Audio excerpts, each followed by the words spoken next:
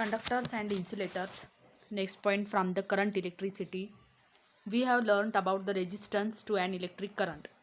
We can divide the substances into conductors and insulators, that means bad conductors.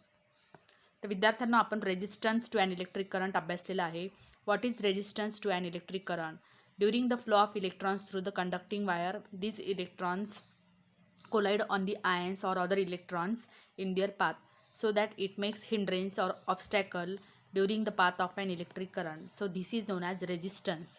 तर resistance म्हणजे एक प्रकारचा अडथळा जो इलेक्ट्रॉन्सच्या वहनामध्ये निर्माण होत असतो. तर depending upon this we can divide the substances into conductors and insulators. तर what are conductors? Those substances which are very low resistance are called conductors. Current can flow easily through such materials. तर conductors काय असतात? Those substances, असे पदार्थ की ज्यांचा resistance हा खूप कमी असतो. दॅट मीन्स इलेक्ट्रिक करंट वाहत असताना त्या मेटॅलिक वायरमध्ये कमीत कमी त्यांना अडथळा हा निर्माण होत असतो.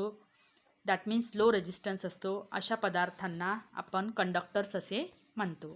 So those substances which have very low resistance are called conductors, so that current can flow easily through such materials. Then insulators, those substances which have extremely high resistance and through which current cannot flow are called insulators or bad conductor of electricity.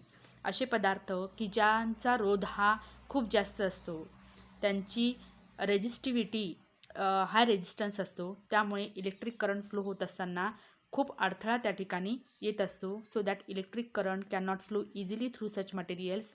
These substances are known as insulators. So depending upon this resistance of a conducting material, the substances are two types, conductors and insulators. Now here some questions are given. Why are some substances are conductors while others are insulators?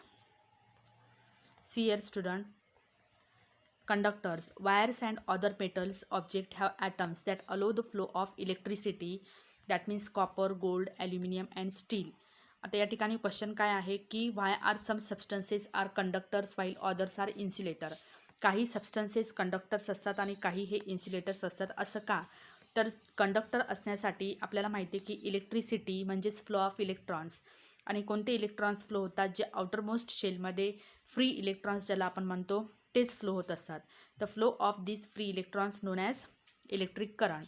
So this conductor, that means the metallic objects, the atoms of such metallic objects are having the free electrons, so that these substances can conduct the electricity, such as copper, gold, aluminum, steel, etc. That means for conduction of the electricity there must be the free electrons present. But in case of insulators मध्ये resist the flow of electricity because they do not contain the free electrons. त्यांच्या outermost शेलमध्ये free electrons नसतात. जे काही आहेत ते त्यांच्या न्यूक्लियसला bind झालेले असतात स्ट्रॉंग फोर्स ऑफ अट्रॅक्शनमुळे. So that they can't able to conduct the electricity, such as plastic, rubber, glass, ceramic, all these substances are the insulators. Then next question, why can our body conduct electricity? तर विद्यार्थ्यांना आपली बॉडीसुद्धा electricity conduct करते. कशामुळे? Because the nerve cells which are present throughout our body, these nerve cells are able to conduct the electric current because our body contains the lot of ions such as sodium ions, potassium ions, so that this presence of ion, it makes our body conductor of electricity. Then last question, make a list of conductors and insulators you see around you. तर आपल्या अवतीभोवती जे काही conductors आणि insulators असतात त्याची list आपण थोडक्यात पाहू या ठिकाणी. ते इलेक्ट्रिकल कंडक्टर्स आहे silver, gold, copper, steel, sea water, all these are electrical conductors.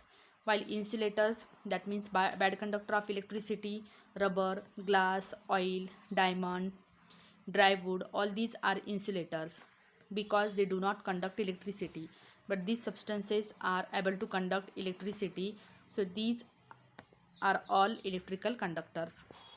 So students, we have complete here electrical conductors and insulator. In our next video we will discuss about the Resistors. System of resistors.